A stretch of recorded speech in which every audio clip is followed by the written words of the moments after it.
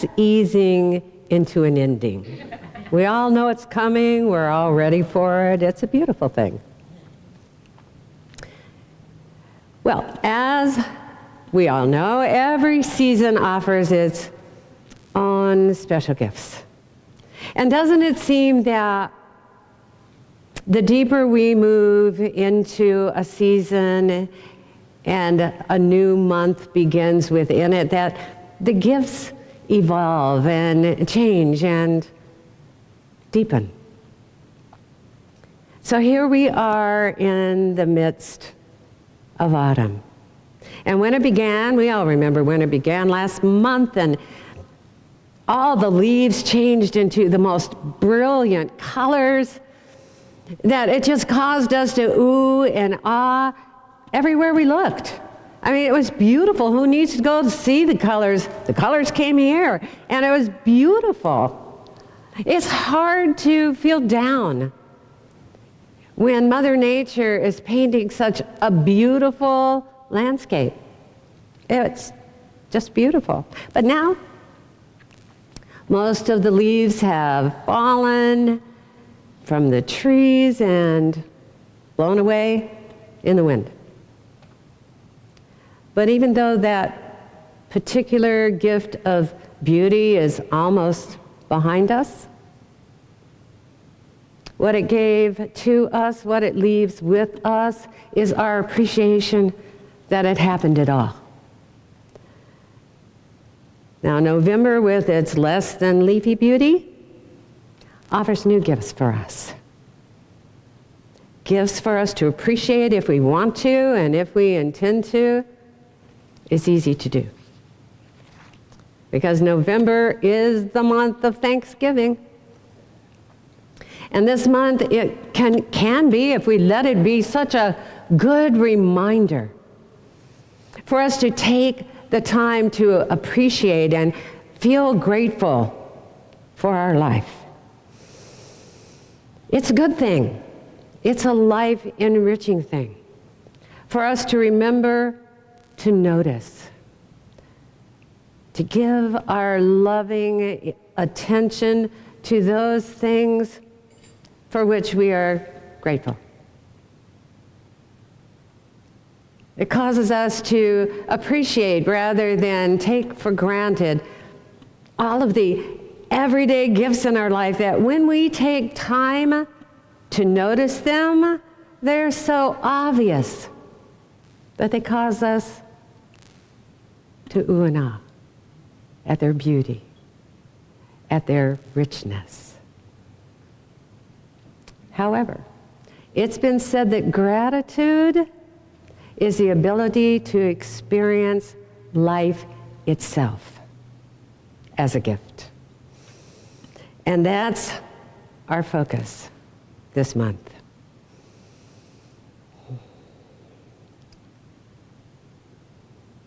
We're going to focus on our feeling grateful for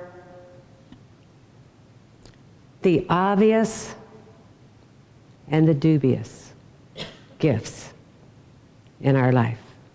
We'll be considering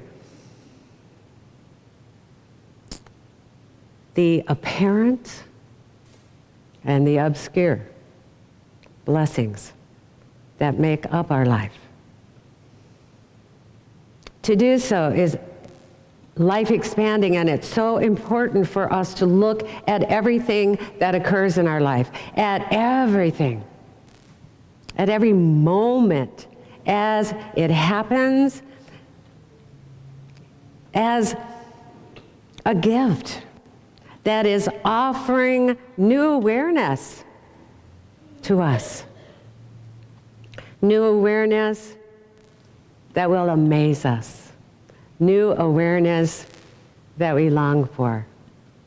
Sometimes that gift may be hidden under layers and layers and layers of wrapping. But if we know it's there, if we're expecting to see it, then we won't tire in looking for it. not every moment, appears to be offering something good. And that's why it's so beneficial for us to keep in mind that life itself, in every moment, is a gift. To make it our intention, in fact, to look at even those things that at first glance or second or third glance don't look anything like a blessing, and still accept that they are. And in that way, we are allowing them to be just that.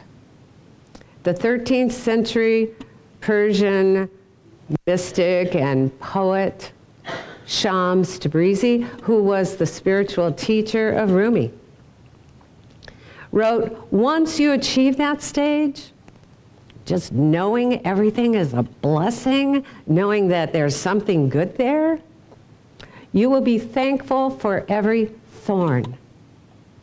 For you will know that it is a sign that you will soon be showered in roses.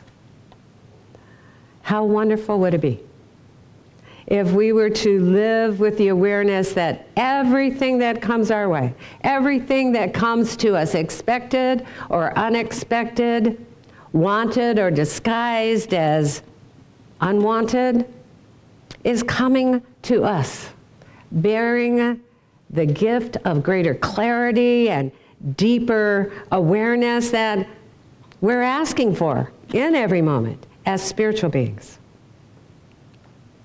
It doesn't matter how the gift arrives, what it looks like when it comes. It's what we allow it to be for us that matters. That's what this world of contrast offers us every day. It's why we came. We came to experience the power and the freedom to choose what we want without arm wrestling or fighting against anyone else in order to get it. Without sacrificing for it, without struggling to earn it, without justifying why we want it. We came just to desire it and allow it to be. And to do that, we need to live with the awareness. There's more than enough abundant life for all of us, every single one of us, and more than enough diversity in which to live our life as we choose.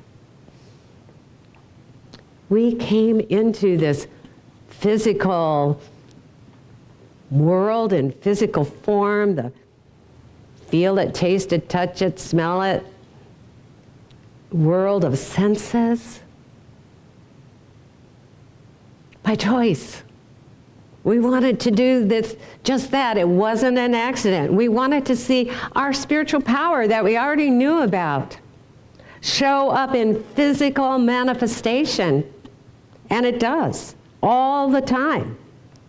And it shows up as exactly what we have chosen as our unique life expression in this world. Every day, we see what we're choosing manifesting everywhere. And it's always good news, even if it looks like bad news. What if we decided that each moment, whether obviously welcomed or appearing to be unwelcomed, is there to awaken us to why we came? To clarify our purpose for living in a world like this. Sometimes we may wonder, why are we here? But we're here because this world offers us, through our desires, through our wanting, through the call of our heart to a greater awareness, that will allow us to experience a deeper walk as who we truly are, as the spiritual beings that we are, as we live in this world. Every moment, no matter what may be happening, is such a moment, has such a gift to give us. It's offering the gift of awakening to more of our power and freedom to be all we choose to be.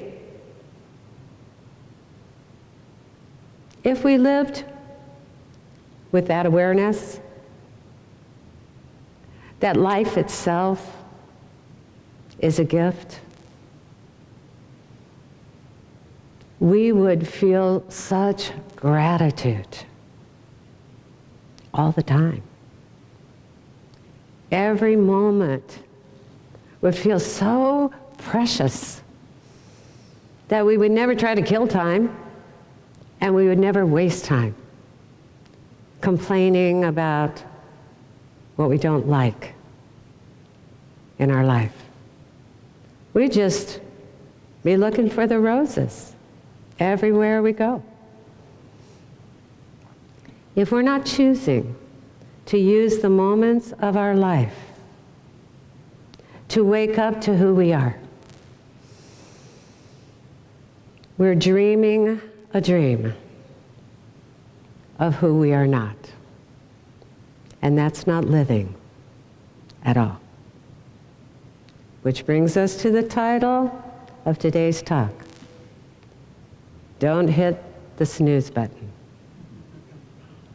We often say when something happens, it is what it is. And that's a good place to start in any moment. If something's happened that we'd rather it didn't, we can say it is what it is. And as we do, it keeps us from fighting against any perceived opposition.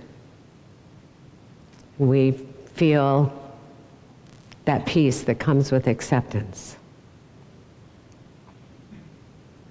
That's why Eckhart Tolle said, accept the moment as if you had chosen it, whatever it is. And we have, and we did. But for a good reason, no matter how it shows up. A helpful way for us to look at that acceptance might be, it is what it appears to be to me. Not everything that's happening in our world looks the same to others when they're looking at our world. Not everything that happens in the world, in fact, nothing that happens in the world looks the same to all of us. We all see what is the way it appears to us. And in that way, knowing that that's true, knowing that whatever we're looking at is what it is because that's how it appears to be to us, we free ourselves to ask, what is the gift of greater awareness behind what I'm seeing that I'm truly asking for? Abraham Hicks suggests that when we're not happy with the moment, to say to ourselves, something is important here. Otherwise, I would not be feeling this negative emotion. What is it that I want? And then simply turn your attention to what you want, and the negative attraction will stop. And in the moment the negative attraction stops, the positive attraction begins. And in that moment, your feelings will change from not feeling good to feeling good. We have got to be awake to even notice how we're feeling. And even wider awake to realize that how we're feeling makes a difference in what we're experiencing. And then wider awake still to notice how our feeling good allows good to come to us. We are all here, whether we remember it or not, whether we even want to remember it or not. Not everybody cares, but everybody's here to awaken to individual spiritual reality, to the love and peace and joy that has always lived in all of us since the beginning. Our focus on the world around us and how we allow those events to cause us to feel. Our focus on the things in our personal life that we don't like, that cause us not to like ourselves, has lulled us into a sleepy mind whose only intention is to get through the day and the moments in the day as best we can under the circumstances of this physical world we believe has power over us. A groggy mind keeps hitting the snooze button instead of waking to the divine answer to whatever we're calling for. And we're all calling for something. And we're all calling for something good right now. And it's up to each of us to wake up to what that is and then live it. Then live it. A groggy mind keeps us stuck, using only the most minuscule amount of the unlimited source of life and love within us that is available to us all the time, in every moment. It's ours to use, to heal our body, to heal our relationships and every other aspect of our life, and to create a life we enjoy living every day.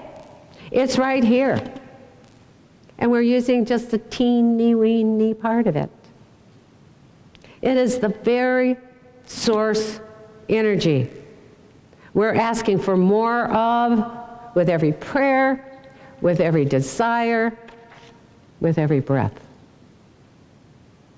Every living being is in truth a spiritual being, wanting to awaken to more of itself. Every single one of us.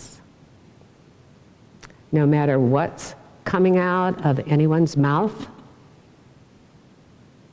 or what their behaviors might be. All of us are asking for something good in our heart of hearts, in the heart that was created by God, in the heart that is always one with love, the heart that love answers, always, in every moment.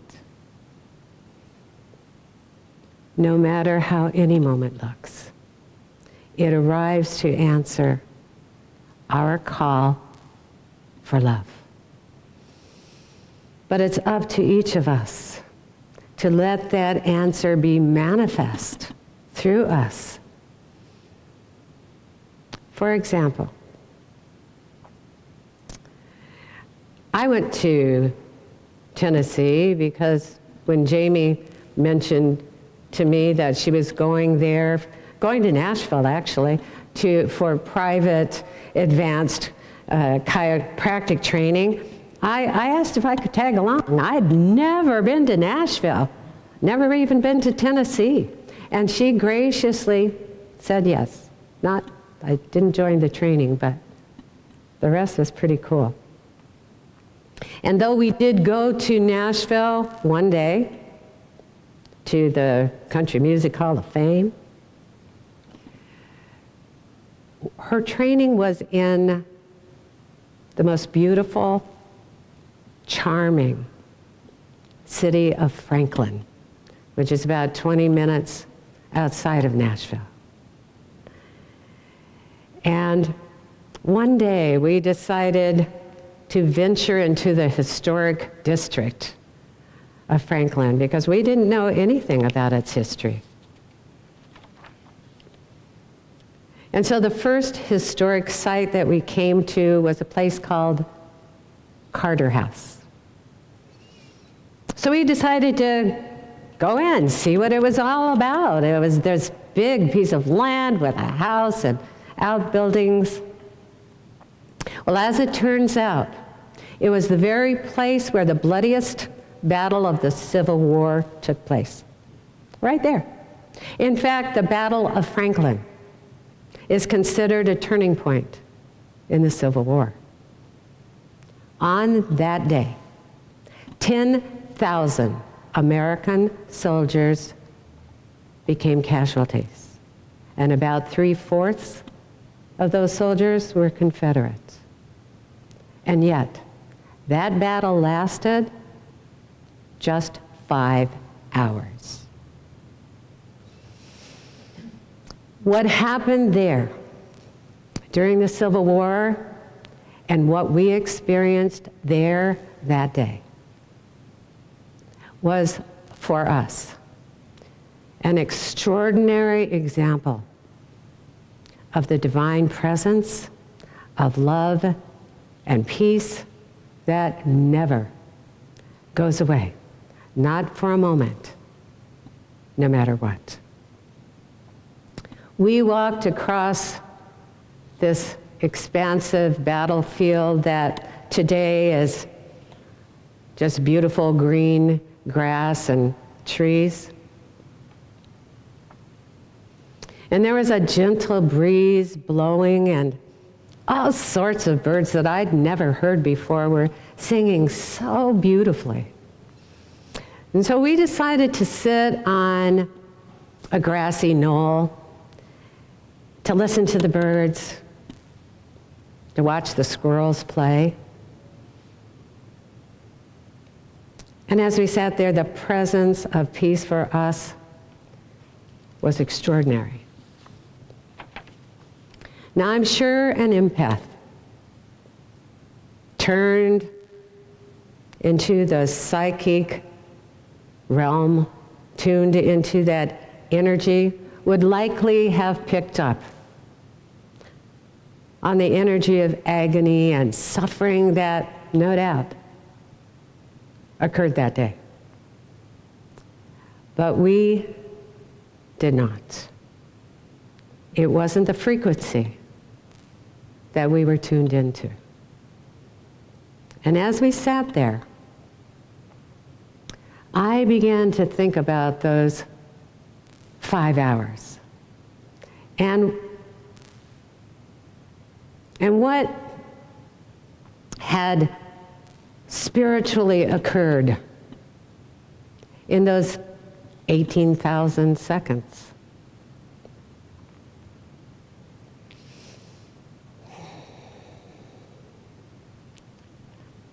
The battle was happening on a physical level. It was what it was. And yet spiritual beings were having that human experience. And I believe in their heart of hearts, not one of those soldiers, Union or Confederates, was calling for anything but love. Love is the only call that comes from our heart. We never ask for anything but something good. And that day, love was answering that call, as it always does, as it always will. Now, many Civil War historians consider Franklin to be one of the most consequential battles of the war that sealed the end of the Confederacy. But the call for love from thousands of soldiers at one time, and love's answering that call that day, left a peace that is palpable and can powerfully be felt today.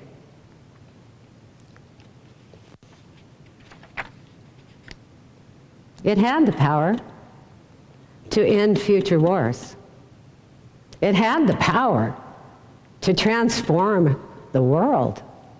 But we have to be open to more than just what the five senses are showing us to receive what we're truly asking for. We can't look at the world and say, I haven't got it yet, I haven't got it yet. We have to look within to what we've got already. The answer to all we want. So often, more often than not, maybe all the time, we think that something around us, something other than us, needs to change before what we desire can be. And so we fight against what we don't want in the world, believing that it's the fight that will bring it around, that will bring it about. But the world of love, the world of peace, is always there, answering the call of our heart. It's there right now, answering our call, answering our collective call. But we have to awaken to more than what the five senses show us in order to receive what it is that we truly are asking for. If we decide to slumber, we'll miss the awakened moment that this moment is offering us. We've got to decide individually to live as if our every prayer has already been answered. To live as if our every desire is already present. That the wanted has already been given. Abraham Hicks tells us, be as happy as you want to be in a world gone mad. Be as safe as you want to be in a world that is afraid of everything. Be as healthy as you want to be in a world that is mostly sick. Don't let the statistics that someone else has created affect you. You get to choose. You are wise enough, smart enough, deliberate enough. We are powerful spiritual beings with nothing to fear. Every one of us. And that won't change. It can't change. No matter who we mistakenly think we are or believe others to be. But deep within every moment, there comes the urge to awaken to who we truly are and to the truth of others. When it comes, if we are one who wants to see what is spiritual and the spiritual reality of all that we have asked for, made manifest in form in this world, don't hit the snooze button. Namaste.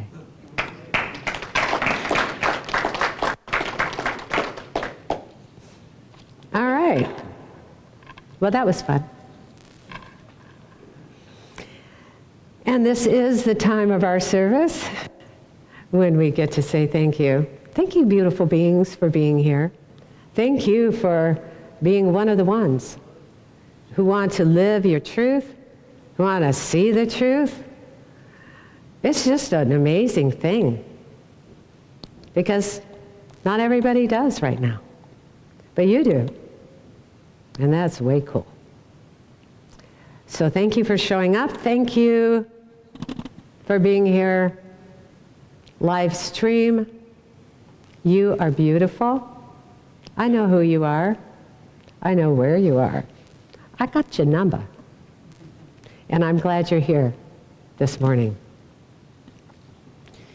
And we are so happy. I see every day that the Life Enrichment Center gets so many views. We've got hundreds of people who check us out. Hundreds of people. We'll make room for them in our new space.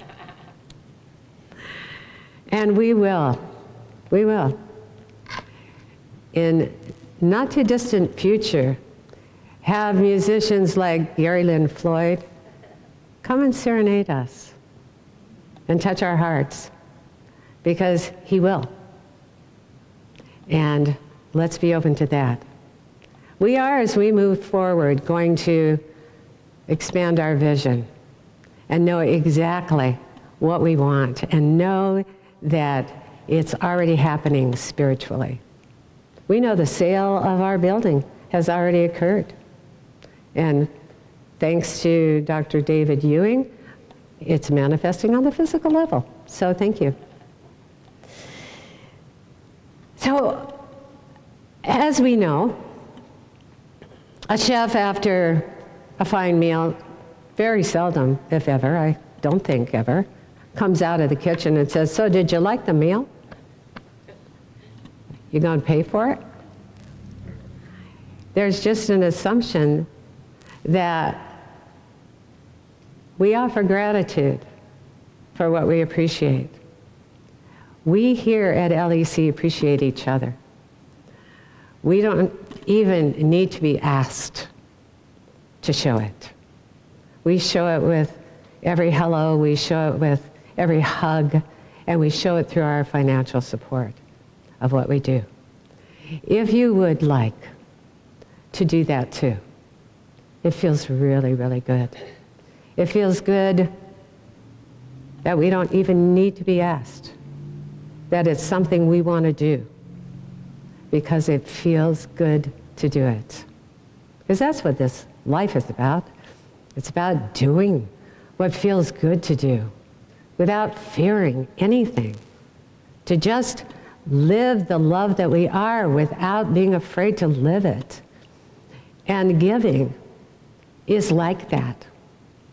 Because we know that the flow keeps flowing and the space we create just fills up with more and more good. So if you want to know how to do that and you would like to join us in that good feeling that we get to have all the time, then our treasurer, who knows what you're doing, is here to tell you how.